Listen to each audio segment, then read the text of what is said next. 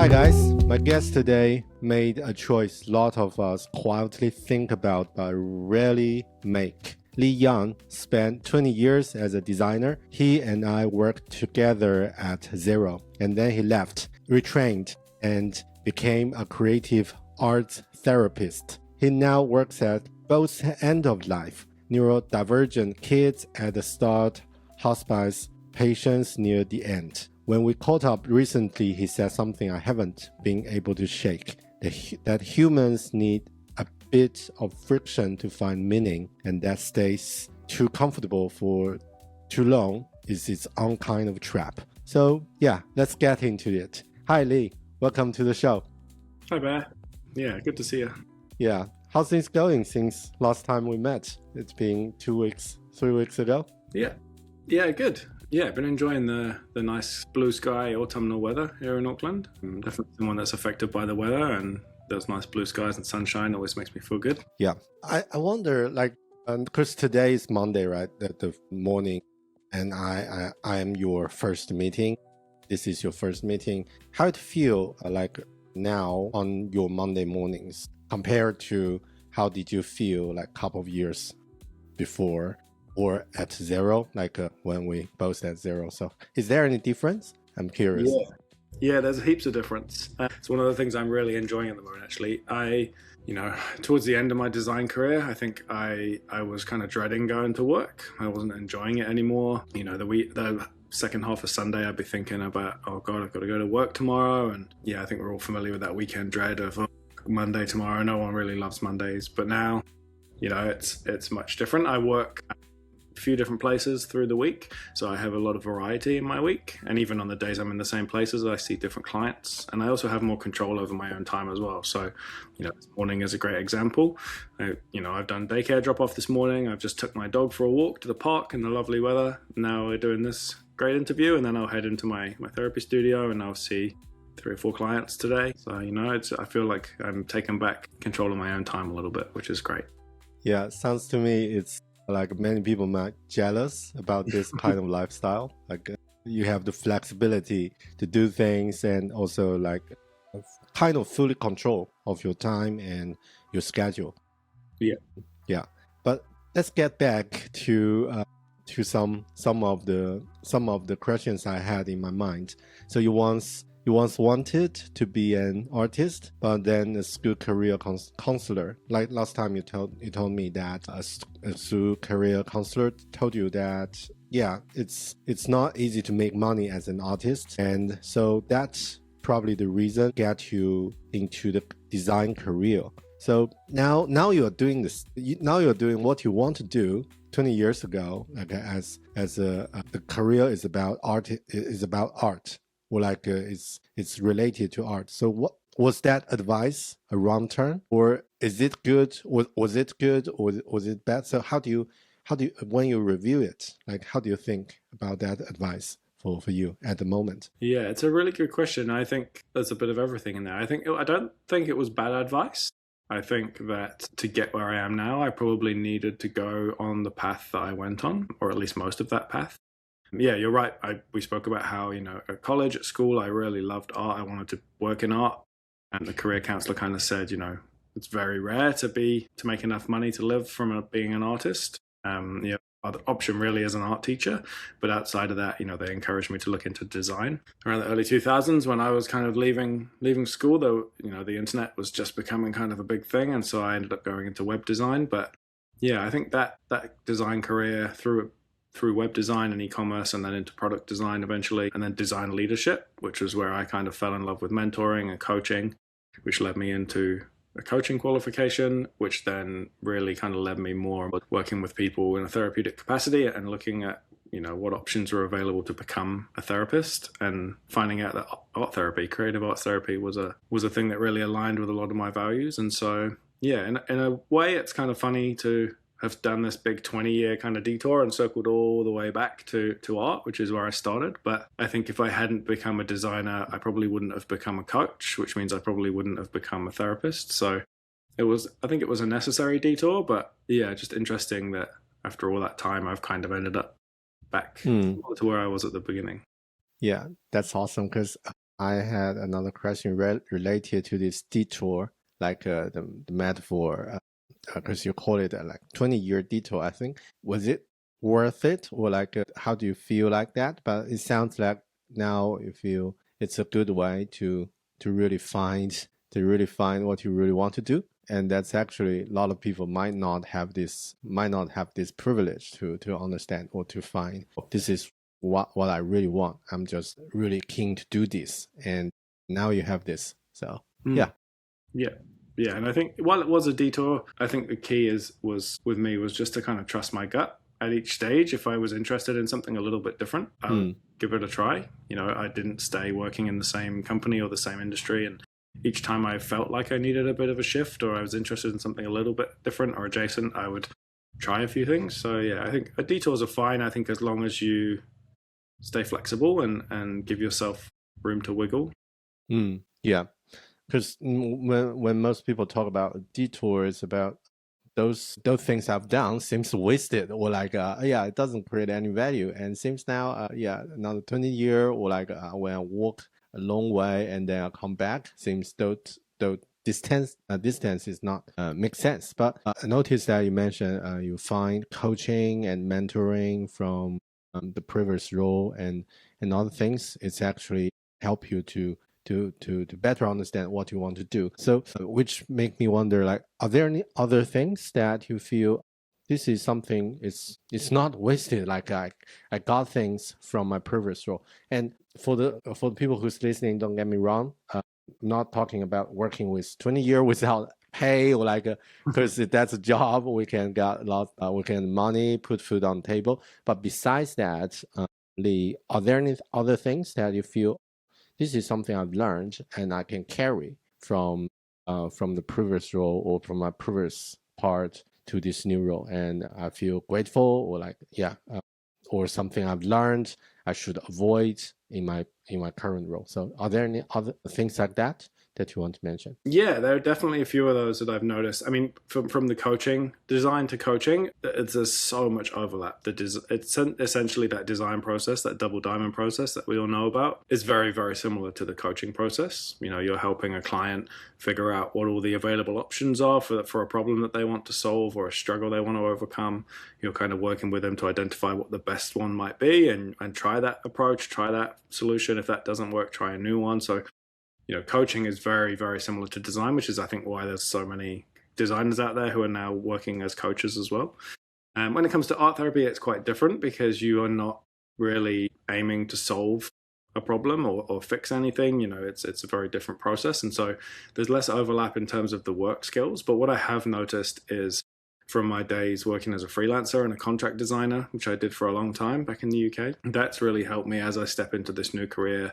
Some of the people that I graduated university with, they're kind of, they're trying to set up being self-employed right now. They're trying to set up a private practice, build themselves a website, make a brand for themselves, do all their invoicing, do their tax returns. And for a lot of people who've never worked outside of a normal permanent job, like that's a lot to get your head around and a bit of a struggle. Whereas for me, it's kind of, I've been doing that for years. I've been invoicing clients. I've been making websites, making brands. So, there's, in terms of being self-employed and finding clients and running a practice, a therapeutic practice as a therapist, there's a lot of design skills that are coming over from my last role. And I think zooming out wider than that, one of the reasons I'm in the privileged place to be able to go back to university and study a master's, and take a bit of time out from that work and now start my private practice work, is because I had the benefit of a really great corporate salary for so long that kind of set me up. We're lucky to own our own house. We had some savings, shares and things. So the career that I had kind of set me up and really got me to the place I needed to be and provided me with a lot of that privilege that I needed to be able to kind of take this path now, I think. Yeah, I feel some resonate, like similar feelings. And it's also like the previous role really provide something like financially can support, like can create a runway so that can do things without like rush. Oh, I need to immediately find a new job or some new opportunities. And let's take a perspective from someone who already worked in the corp for a few years and then maybe have the thought, I want to change, I want to live this lifestyle. They might be very curious to see how it feels like if you move on to this role and what will happen next. Because the reason I'm thinking about this question is that when I moved on from Xero, the first couple of weeks felt really great, that a lot of freedom, and I can do whatever I want and I can relax. I can finally do some side projects or like just enjoying the time. But then after a few weeks later, it feels quite insecure. It's more like not about money or not about the schedule. It's just what I'm going to do today, what I'm going to do this week. It's more like feels. It's about the feeling after leaving the stable salary and like the permanent job for a while. It feels the void, like what I need to do and what's the plan for today. So not get used to that shift, and it took me a few weeks to find it, or maybe even 1 or 2 months to find out that's not a void. That's actually a freedom, but before it's take a while to get used to it. But I wonder, is that something you felt as well? Like or like how do you cope with this transition from steady or permanent role, like everything was arranged and get scheduled, to something that you need to do that by yourself? You mentioned the freelancer work earlier, like the experience earlier might helpful, but is there any other things, or are there any other things that might relevant to help you get this transition, or like how did you feel during that transition? Yeah, anything around that? Yeah, that's a really good question. I think in my circumstances, it was slightly different because I was already midway through studying my master's in creative arts therapy when I left Xero. I hadn't planned to leave Xero at that point. It was kind of a voluntary redundancy type situation where it was, just an opportunity kind of arrived and it felt like the right time. But it wasn't planned as such. But because I was studying, and in the final few years of that master's, you have to do a lot of placement hours as well as a therapist. So I was already kind of juggling so much that when Xero dropped off, I still had enough going on with my studies and with my placement hours that I never really had a void kind of as such. I guess that void kicked in a little bit when I finished my studies and the time was there to kind of, jump into work. But again, I was very lucky that 2 of my placements where I was working to get my placement hours as a student, they were having me around and they were impressed with my work enough that they both offered me kind of paid contract work after my studies ended. So again, I didn't really have a gap or a void as such. I was lucky to get straight into some work at least a few days a week. So yeah, that void in terms of time didn't really exist, but I think we definitely felt that financial void, as we mentioned before, coming from such a big salary, probably in the top 5% in New Zealand in terms of salary wise from products and tech, and down to even now working full time as a therapist, my salary is probably half of what it used to be. And so, making adjustments for that and figuring out how we are going to accommodate that, what needed to change in our lifestyle, that was kind of a big change that we had to make, I think. Yeah, because last time you also mentioned a metaphor like this high salary can become a golden cage. Like it feels really comfortable and it basically the lifestyle, or like the way you live and work, it's also the standard raised up.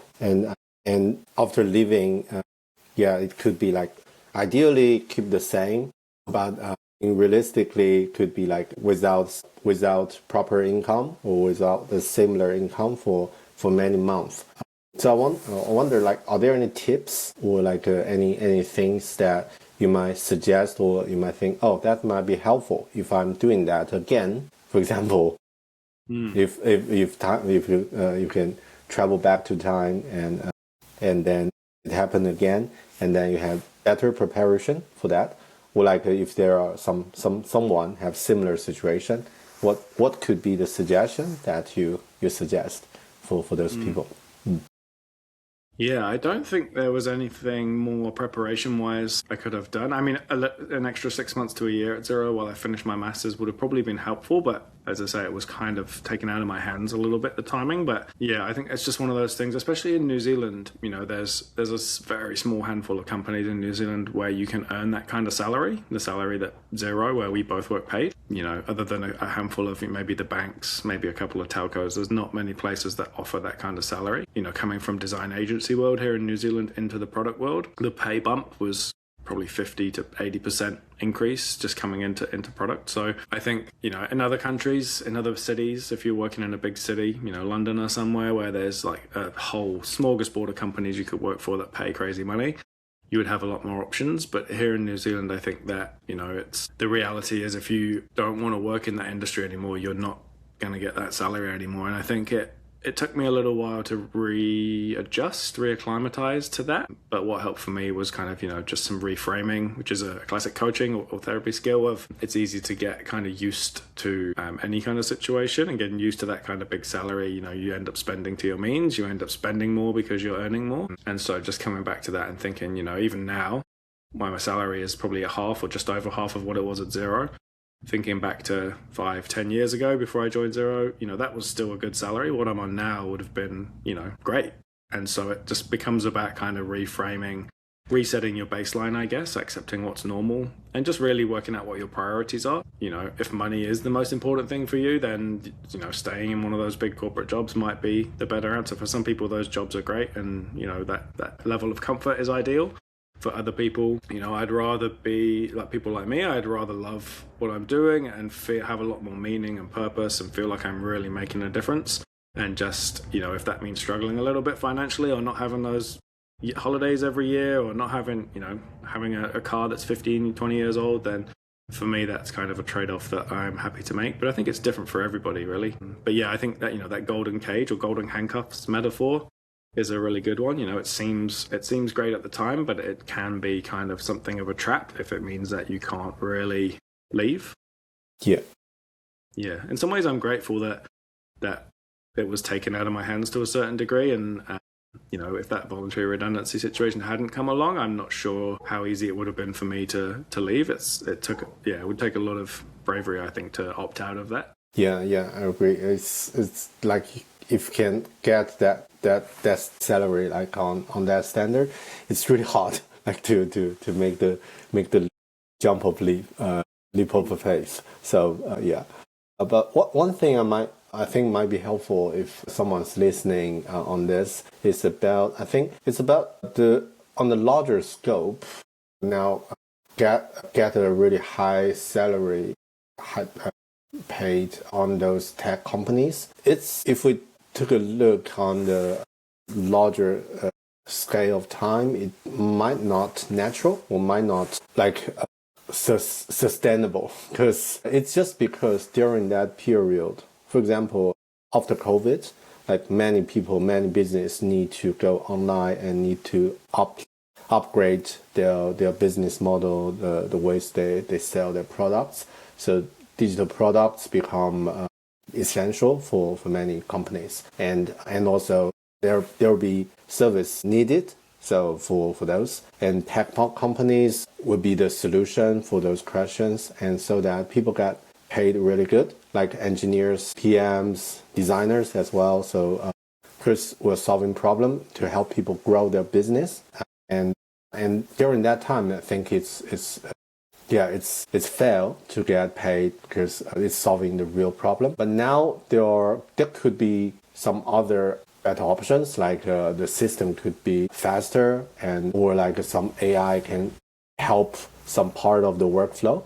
So it's maybe not as good as before, but it's still functional and it's growing really fast. It's evolving really fast. So the problem we're solving is still there, but the solution could be better or could be faster and cheaper. And in that way, this is not permanent. That stage is not permanent. So you need to get used to it and also consider other jobs like teachers, nurses, and those hospitalities. So those people work really hard, but not able to reach the half of the salary in those high-paid tech companies, which is not fair. And yeah, I think if we get to the larger scale, like larger scope, it's not that hard to digest, and it's become not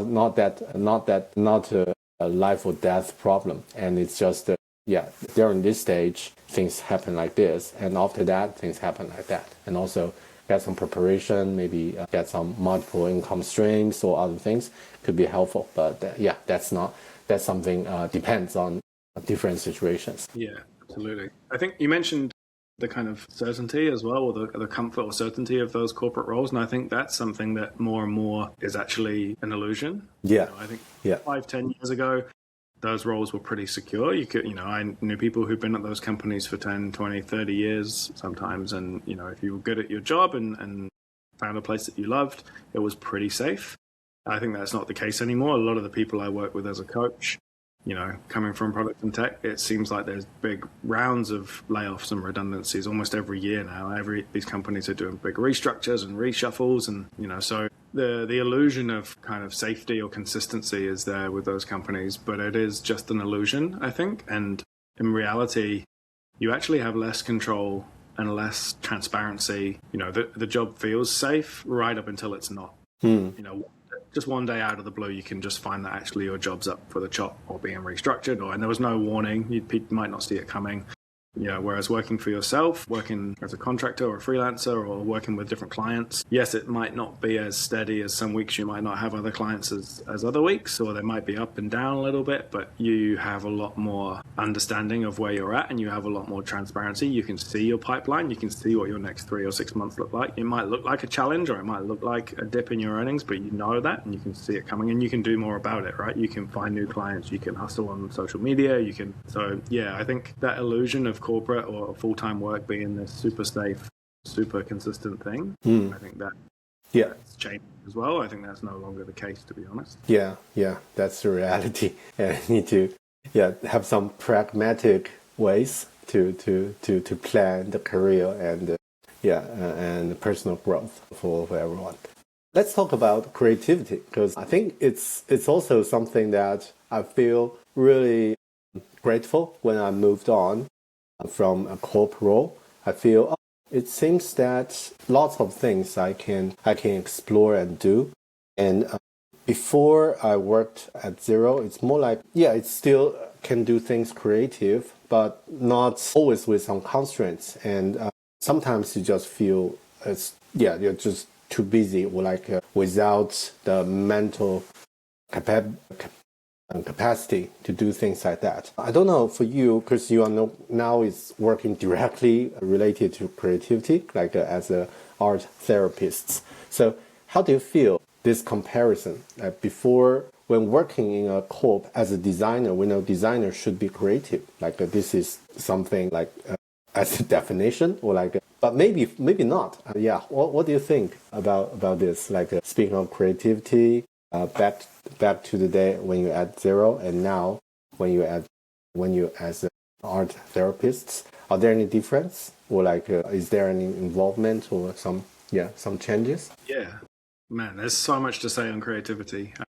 I think you could speak to 10 people and get 10 very different answers. But I think there is creativity in those corporate roles. I think less so in product maybe than in agency side, or if you're working with a startup, or if you're part of a smaller team. And I say that because for me, people think of design as kind of pushing the pixels around on a screen, creating mock-ups, creating concepts. I think for me, when it boils down to it, design is essentially the act of making a series of decisions. You have a problem, you make a series of decisions, small decisions, big decisions, and through that decision process, you shape and create a solution or a product, which is the outcome. I think in agency side and startups and smaller teams, a designer has more agency over some of those decisions. You're shaping the what as well as the how, and you're closer to things like the why as well. I think in a product world where you have product teams, product owners, product managers, a lot of those decisions that a designer and an agency would make get shared or lost completely to the product team. And so the role of a designer becomes less around the what. Often those product roadmaps, and obviously as part of that product team, designers have input or have say, or should do at least, but it's not always the case in my experience. But yeah, I think there's less ownership over some of that what, and there's less ability to make those decisions. So it can feel less creative. It can feel more like a Mac op kind of role than a true designer kind of role, is my experience. Designers tend to get shuffled into a box where they're working more on outputs rather than actual kind of defining the problem space in the first place. So that's one thing, I think. So I think product is a little bit unique within that wider design industry. But yeah, since, working as a creative arts therapist, the kind of creativity is a lot more open. I've always been somebody that loves making things with my hands. A lot of my hobbies involve carpentry or lino printing. And so, yeah, I've always been pretty hands-on, pretty DIY. And I love that my role now use all different materials, and it's creating for... My take on this has always been that design is creating things for other people. Art is creating things for yourself. I love that. Yeah, it's really nice to get back to creating things for yourself and to be making alongside other people, clients, who are also creating for themselves as well. There's no user to consider. You don't have to. There are still constraints of the material, constraints of the time you're working within, constraints of your own abilities sometimes, or your own bravery or boldness. So it's definitely not without constraints, but it's just, you don't have to worry about what someone else is going to think or how useful it's going to be or whether it's going to solve a problem. It's just creating for the sake of creating, which is quite a pure thing to do. I'm thinking, is there a difference between, or is there a relationship between creativity and fun? Because I don't know, for many of the art activities that I've done, I'm quite enjoyable and it's fun. It's just totally, I got into the flow and forgot time and quite enjoying it, no matter what the outcome will be. But for creation, or like to do some typical creative works such as design, or like changing pixels on strings and do an interface. Sometimes it's fun, but sometimes it feels still some pressure or like lots of considerations, and it's more like some logical thinking behind it. So I don't know for you, because you've done both on your career. So do you think, is there any relationship or like any difference between these two things, like creativity and fun, and maybe around design process and art creation process? So yeah, absolutely. And especially play and playfulness. I think a certain type of fun or flavor of fun that is present in most creativity to some level. I think it's the reason that small kids are so creative, because they're just inherently playful. Like their entire day is just play. Play is kind of being curious. It's just trying things. It's having no outcome in mind or no like predefined goal. It's just kind of jumping in and giving it a go and seeing what happens and having fun. And I think, yeah, there's a raw element of creativity that really involves play. And I also work as a play therapist as well. So with some of the kids that I work with, I do art therapy, but part of that creative arts therapy role encompasses nature connected therapies, working outside, and also play therapy as well. And for younger kids, art therapy and play therapy, they're essentially the same thing. It's exploration, it's playfulness, it's just trying things and going with the process. Yeah, because now I'm thinking the first design project, you and I have both involved the design jam at Xero, because that was my first project when I just joined Xero on the first month, and it's really fun.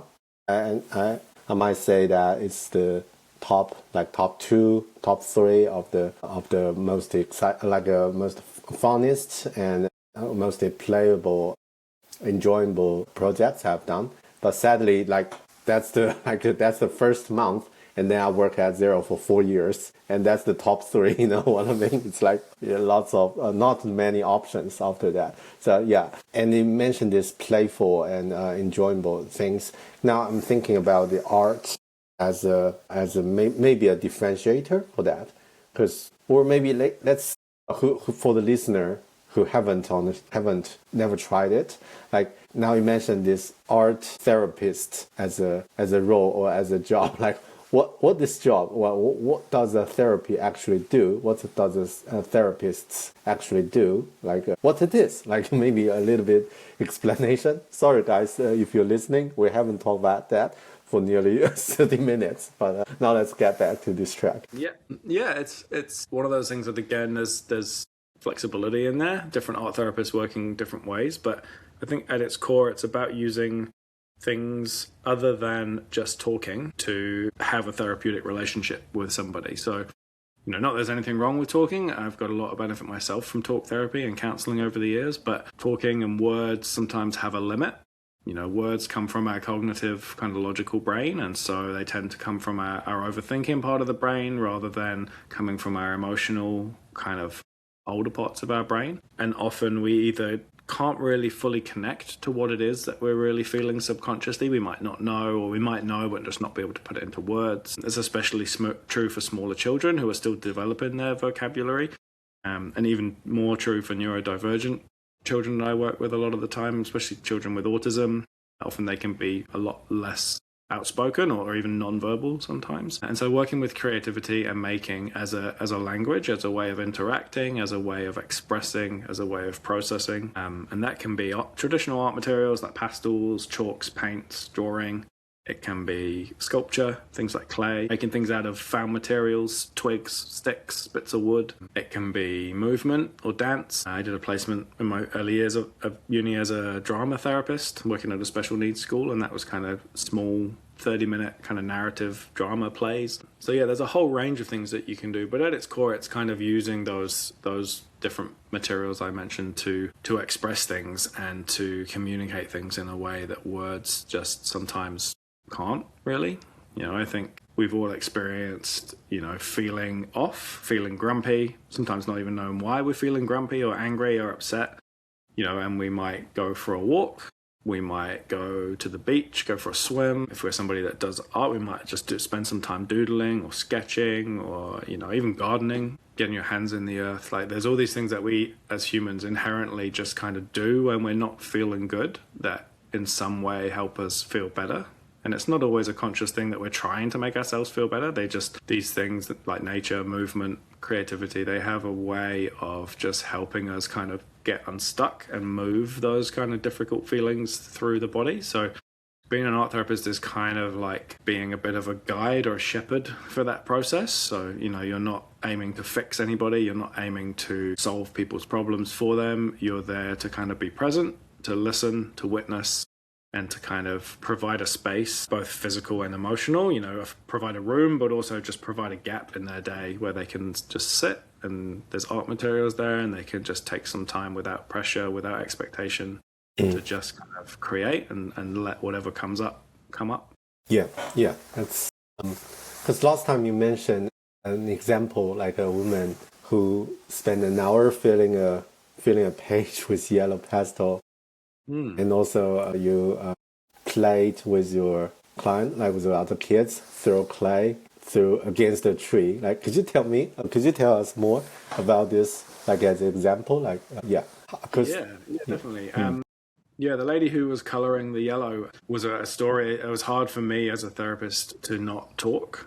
Sometimes our clients coming and either they can't talk or they don't want to talk or it's not what they need. And over that course of an hour of coloring that yellow pastel on that sheet of paper, the clients you might notice their like shoulders dropping, their face kind of loosening, their breathing goes from really fast. And, when they came in, they were obviously quite stressed and their breathing can slow and their rhythms will slow. And after, by the end of that hour, they were like, and they just, something about the texture of the pastel or the color yellow or whatever it was, and they could have sat with a traditional therapist and talked about things for an hour, and that would have probably helped them feel better too, but in a very different way. It would have been on a logical, mental level, talking things through, whereas this was like a full body kind of felt sense, just releasing of whatever needs to be released. Yeah, often as an art therapist, I'm finding that the hardest thing for me is not jumping in.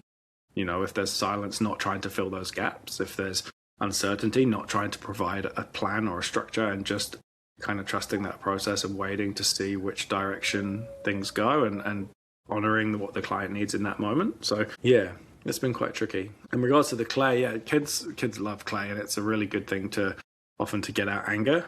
The throwing against the tree was one. I was working with a young boy, I think he was about 6, very full-on anger issues, was causing lots of issues at school with his anger, and he just had no time to play. You know, young kids, especially neurodivergent kids that get a diagnosis early on, their world becomes very serious. All of the adults in their life often are exhausted or struggling themselves. You know, they spend a lot of time around medical professionals, doctors, they get a diagnosis, they're told they have anger issues. Their teachers at school can't handle them. So everyone they interact with, there's so much seriousness, so much kind of structure, strictness. You know, they get so little time to just have fun and play and be curious, and so providing that space in my art therapy sessions, and again, without that expectation as well. Often the weight of expectation for neurotypical kids can be, you know, it can be so much, and they know, or they're going to struggle to meet it, and that becomes a lot. So yeah, we spent a session making little balls of clay, and then we went outside, and there's a huge tree right outside one of my spaces that I use, and we just spent some time kind of throwing these balls of clay at the tree as hard as we could, and they would kind of splat on the trunk, and then we could peel it off, and it had the imprint of the trunk on there, and we would kind of play with that texture. And you know, we were like roaring like dinosaurs as we were throwing the clay, and this kid was laughing, and he came in so angry and upset and just wouldn't talk to me. He refused to kind of play with the toys in the room, and after kind of, you know, 5 or 10 minutes of throwing this clay and laughing again, you could see his whole kind of body relax, his whole demeanor changed. So yeah, it's just finding ways for people to release those things that need to release, I think, and to, yeah, whatever that might be. And it's different every day, to be honest. I really like that final statement, like talking sometimes quite limited approach, and doing something like some actions is really like could be more helpful. But here's a stupid question, like how do we measure this improvement, or like how do we measure this feelings get better, or things become like a transition from previous stage to the next stage, especially about people's behavior and emotions? Because yeah, if doing some other things, we might have some like tangible results. Oh, this is the output, and this is the new version, and the difference is easy to find out. But now we're talking about using some actions, or like this art activities to improve people's like feeling and behavior. It sounds really hard to measure. Like, are there anything that you use, or like is a industry standard, or like something for this? Yeah, it's a really valid question, and it's something that is a struggle. So in the therapy world, there are lots of different modalities. Anyone who's ever had therapy will know there's lots of different schools of thought. And what happens, unfortunately, is that the ones that are the easiest to measure are the ones that seem to get funded the most and prioritized the most, whether or not they're the most effective. They're just, you know, CBT is a great example. CBT and DBT, cognitive behavioral therapy. You know, it works fairly quickly. In as many as kind of 4 to 6 sessions of CBT therapy, you can see kind of input changes that are fairly easy to measure. And so what's happened is that there's a lot of funding available for CBT therapy for that reason, because a lot of kind of funding models and government funding and things require kind of proof or measurable outcomes. Art therapy, unfortunately, doesn't kind of fit into some of those measurable brackets, because a lot of what we're doing is so kind of embodied and so subtle. It can take longer for those kind of changes to show up. You're trying to shift kind of very deeply embedded patterns of behavior or feelings or thoughts. So yeah, it can take a while. I think, you know, for me, the biggest evidence is when my clients themselves, or when their parents, you know, comment just on how much of an impact it's had, how different behaviors are, how much calmer or less stressed their kids are, or how much more capable they are able to do certain things, you know, how much more they're enjoying just day-to-day things. So yeah, it's definitely qualitative feedback and not quantitative feedback. There's very little that you can measure in terms of, you know, set numbers, or there's not really anything along those lines that I can think of. I mean, in the very, very short term, there are things, there's things like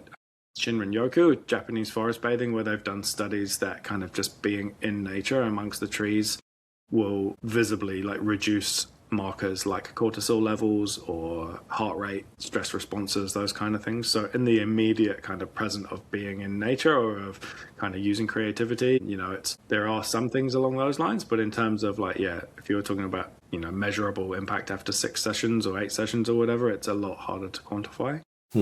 How it feels to work with those like angry clients or like stressful professionals or even like neurodivergent kids, like after a day? Because I assume that many people might already got some stress and come to you, and so that they are improved. But how about you? Like if you work, like, because I'm imagining if I'm dealing with, or like if I'm working with some people with some stress, I'll become stressful. Like I'll be like impacted or like influenced by them. So, but you work it like as a job. So, are there any way that you can keep the sanity, and try to not be unbalanced by that? So, any tips or anything that you can share on that? Yeah, it can be hard sometimes, for sure. I think everybody, all the therapists that I know kind of have their own methods depending on who they are and how much they take home with them. I'm quite lucky that I've always been able to kind of not take too much of it home or not carry it with me. But there's all the classic things, going for a walk, going for a run. For me, I do floats, so from sessions in a sensory deprivation tank or a float tank. I find that quite nice as a kind of reset for my nervous system. But no, I think it's interesting. I find a lot of the work I do with clients therapeutic myself. The clients are getting therapeutic benefit, but often I'm actually getting therapeutic benefit from that as well, and that's more true in some settings than others. I think sometimes the most stressful thing about working with the children that I work with sometimes is just the systemic challenges or the situational challenges. Every parent is doing the best that they can for their kids without exception. Some parents just don't have as much knowledge or as much experience, or or they just don't have the resources. Some parents are so stretched. They have multiple kids. They have like their multiple jobs, struggling to make ends meet. Like they don't have the spaciousness in their day or in their mind emotions to be able to kind of handle some of the big emotions or things from their kids. And same goes with schools. There are some schools out there that are doing great work working with neurodivergent kids and approaching it in a very neuroaffirming way, but other schools still very much working on that old school kind of discipline approach of trying to punish those kind of kids that are struggling. And so it's really disheartening sometimes to have kids coming in and working with me, and you see just how great they are and how awesome these kids are and how much they're trying and how much potential they have. But other than the hour they spend with me, there's limited amounts of change that I can impact in that kid's world. And so that often the kids' behaviors that they're showing up and the reason they come to me, there's nothing wrong with those behaviors are a very natural response to a really challenging environment or situation, and not being able to change that environment or situation can be quite stressful because there's not as much you can do. Whereas when I work with adults, adults often have more control over their lives. If there's something that's really not serving them or is traumatic or stressful for them, they often have more ability to make some changes, to let those things go, or to, step away from a relationship that's not working, or to leave a job that's causing them a lot of stress. So with adults, you can kind of, there's more wiggle room. So that can be a little bit stressful sometimes with kids. But other than that, I love a lot of the work that I do with kids. I think I get a lot of meaning out of it. I feel a lot of satisfaction at the end of the day, being able to have even a small impact in some of these kids' life. And my work at Hospice is, again, I think I feel very, very privileged to be able to be a part of people's journeys towards the end of life. It's a very sacred kind of spiritual part, even for people who aren't religious. When people realize that their time is limited, or they get a diagnosis of a life-limiting illness, there's this real focusing of what's important and what's not important, and being able to kind of help to support that and to walk alongside people as they kind of really come to terms with those things, and often reflect a lot of reflection on what's been happening throughout their life. And Yeah, it feels like a privilege, and I feel kind of honored to be able to be part of that. And there is a bit of weight or gravity or grief even that comes with working in that space sometimes. But overall, yeah, it doesn't. I think the things I have in place. I mean, I do a little bit of meditation most days if I can. Yeah, just simple things: taking the dog for a walk, taking 5 or 10 minutes to have a cup of tea, or there's no big kind of huge answers to that. It's just I find those little tiny little minutes of self-care things are more important than the big things. Yeah, I learned two things from what you just shared, Ali. One is that to have more empathy with kids, because now that's a great reminder, because before I have a very low tolerance level on some naughty kids, and sometimes when my daughter's like quite annoying, and I feel quite angry or like. But now you mentioned that this could be like, because they don't have too many options like to release their feeling and stress or pressure, and for adults that we might got some other ways. Maybe we can just online scrolling, like buy something, or like go out for a walk, or other things. But yeah, for kids it's quite limited. So now I feel that's really helpful. And the other thing you just shared is that to take those micro like a relief moment, like do some 5 minutes slow down, listen to some music, or like do something playful, and that will be better than put something on your schedule. Oh, I take this 8 day off without work, and that's a big commitment. So I really like that. But speaking of that, could you give us some suggestion, like for who's listening, and maybe have some stressful feeling, or like have under some pressure? What would be a small practice that you would suggest this guy or this lady do for maybe 5-10 minutes? And anything you would suggest for taking the stress off? Yeah, that's a really good question. I think it goes back to what you just mentioned now. It's something we talked about when we went for our walk a few weeks ago. I think anything that can really ground you in the present. A huge part of being an art therapist is just being present with somebody. Presence is a very rare commodity these days. Everybody is either on their phone or doing 3 things at once, or it's rare that you're in a conversation or talking to somebody and that you just have somebody's full attention and somebody's completely present with you. And there's that whole cliche of presence as a gift, and play on words there with present and gift, but I think it is true. And even small moments of being present, you mentioned listening to music there. It's a great example of something that when you're really paying attention and you're really kind of mindful and listening to that music, especially if it's headphones, because it blocks everything else out, you're really just in that moment. I think a lot of stress, a lot of anxiety that we deal with as humans, both as adults and kids, comes from either thinking, ruminating, worrying about the past, or being apprehensive or worrying about the future. What's going to happen? What's coming? What's happening next week? A lot of the challenges that we face come from spending a lot of time in the past or the future. I think the more time you can spend in the present, the more grounded you will feel and the less stressed you will feel. It's why all those classic things of kind of meditation, yoga, listening to music is a good one, writing, journaling. Lots of people do morning pages or gratitude journals, or creating art. A lot of the time it's because you're right there. I think it's the reason that nature as well works so well. If you're camping or if you're out hiking, often there's no signal. You find yourself just alone, kind of in the present moment, appreciating the view, listening, you can hear the birds. So yeah, I would say finding any ways to have a couple of moments of presence. Something that I really love is the feeling of sun on your skin. If you're outside and you notice it's sunny, if you find a space where you can stop, turn your face towards the sun and just close your eyes and just give yourself a couple of minutes of just feeling the sun on your skin, can be a really beautiful kind of reset. I will do that later this morning, because it's quite sunny outside. Yeah, it's a beautiful day today. And I find that really works really well in the morning as well. Something about getting some natural light and some vitamin D in the morning can be really a great way to start the day if you can. But yeah, when it comes to like art activities specifically, there's a type of art therapy called neurographic drawing, which is a very kind of specific thing. Most of us have probably done it at some point, but it's something I teach to a lot of the kids I work with, and they use it a lot outside of our sessions as just a kind of way to release tension or just relax when they're feeling angry.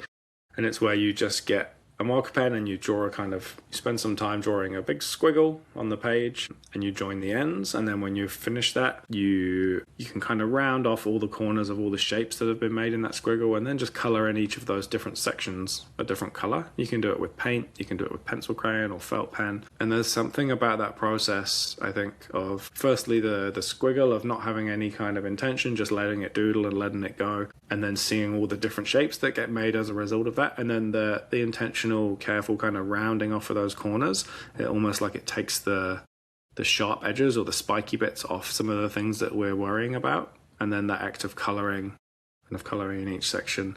And it takes about 5 or 10 minutes, but it's quite a nice little exercise that you can do. Yeah, kids really like it, and I found it's a really good way of just kind of being present for a few minutes, but in a way that you don't need any special skills, you don't need any special expensive materials. It just kind of, That's amazing, because I think I've done that without knowing it as a method for therapy. Because I'm just take a piece of paper and do some shapes, and then fill all the crossed area with different color or different shapes. But after that, it's just complete the page. Feels good, and let's get back to work, or let's do something else. So I think it's quite helpful, like a great way to release some stress, and also maybe helpful for what you mentioned, Lee, to get back to the present, like because not worry about other things, what will be happen, or like what happened before. So not about the past and future. And maybe a tip that I can share with people who's listening is, because I'm doing on-screen jobs like almost all day, lots of writing and thinking, or like manipulating pixels as a designer. So I feel it's really helpful, like to do something like to interact with physical world, like just do some tidy up, or like just draw something on a real piece of paper, not on iPad or something, and also maybe play an instrument or other things. So, or maybe take a walk. So, touch the grass or like feel the sun. So that's actually quite a good way to do. So don't just scrolling Reddit or Twitter for relax. That's not helpful. Anything that gets away from screens can be really helpful. Like sitting in front of screens all day can not help our kind of mental health, I think. In terms of getting outside, a little mini nature therapy exercise that just uses your different senses is quite nice. So whether that's just if you have a garden or a balcony with some plants, or even just, a piece of grass or a park that you can go to, and just spending kind of a couple of minutes just listening to all the different sounds you can hear, whether that's the trees rustling, whether that's birds, whether that's the river, and then a feeling as well. If you can find a rock works really well, but sometimes a branch or a leaf, an object that's interesting, and to just close your eyes so you're not relying on your sight, and to just spend a minute or two really kind of getting to know it, but feeling it with your fingers, getting into every little crack and crevice, and just really paying attention to every tiny little part of it. And it's a really good kind of mindfulness presence exercise that you can do. And same with smell as well. If you're in nature, spending a minute just trying to think what you can smell. Is it made up of multiple different smells? Can you smell the earth? Can you smell, whatever's going on? And I think we prioritize our sight a lot in our culture as humans. It takes precedent over everything else, and anything that can really kind of give some of those other senses a bit of time to shine can be quite helpful as well. Yeah, awesome. I'll try that, and I encourage people who's listening just have a try today, especially after this. Consider timely. I think I don't want to take all your time this morning. Maybe one last two questions. So first, what's your plan for this year and next? Like, what's now you're in this new I'll call it a new career. I consider like comparing to design. But any planning or any thoughts about this? And the second question is that if who's listening are really interested about this about this career, about this path, or about you, like how they want how could they find you, or how could they find the next step to do? Yeah. Yeah, thanks, Bear. That's a good question. Yeah, so for now, I'm working those 2 days a week with the children through Rainbow House, and I'm working 2 days a week at Dove Hospice. And then my other day is kind of individual clients, and it's working really well at the moment. So I'm somebody that in my career in the past has always been on a rush to kind of get to the next step or the next thing, and I'm really trying hard to just be comfortable with sitting where I am and just enjoying where I am. And so I'm trying not to make too many plans in terms of that, but a couple of things I've got that I'm really excited about this year or looking forward to is in a couple of months I'm doing some peer supervision training, which will allow me to run some peer supervision groups with other therapists, because as therapists we all have supervisors, which is someone we can go to each month, talk about any difficulties, challenging clients, any emotional responses we're having. So being able to do peer supervision groups with other therapists is going to be really good. So I'm looking forward to that training. And then the other thing, through my hospice work that I do, I'm lucky to work with Dr. Fee Caracott, who's one of the first, if not the first person in New Zealand to be allowed to prescribe psilocybin, magic mushrooms, as a therapeutic medicine. And so I'm part of the clinical team there through Dove Hospice, and we are working on that. We had our first psilocybin-assisted therapy session last weekend, which, it's hugely exciting to be able to be involved in that. It's a really, really early days on a really promising and powerful medicine that's going to be used here in New Zealand. So I'm really keen to do some more training on that, and to just really, I feel very lucky and privileged to be able to be part of that process as well. So yeah, those two things I think are two of the things that I'm the most excited about this year or for the coming next few years. And where it goes after that, I'm not sure. I'm definitely still interested in doing a bit of lecturing. I've done lecturing for design schools and design universities in my previous career, and I've always really enjoyed that. So I'm having a chat to Whitecliffe, where I did my master's studies, and there's a chance I might be able to visit as a guest lecturer to just support them, and that'll be something that'll be quite a nice extra thing to do as part of my week. But yeah, other than that, my plan is to just enjoy that beginner's mind kind of feeling again. I feel like I've kind of gone back to a bit of a reset, and there's so much potential, so much I could learn, so many people I can learn from. So yeah, I'm just trying not to rush and trying to kind of enjoy where I'm at the moment, really. Nice. Yeah. Thanks, Lee. I think, because I still got many topics or questions, and maybe we can do some other sessions, some other chats in the future, because like for people who has transitioned from a design career into this, maybe have some other things, or like a specific approach, and also the roadmap for different career paths. And also like technologies evolving in the current stage, what could happen on both sides. So yeah, there are many questions, but maybe we can discuss later, and let's keep it open. And all the best on this new projects that you just like clinic project is just starting. And for who's listening is interested, I will share the details info of how to of the contact in the show notes. But it's really great to have you, Lee. Thanks for joining us. And Awesome. Thank you, Ben. Definitely keen to come back and have another chat. Maybe we can catch up again next year once I've had a bit more experience and we can see how things are going. But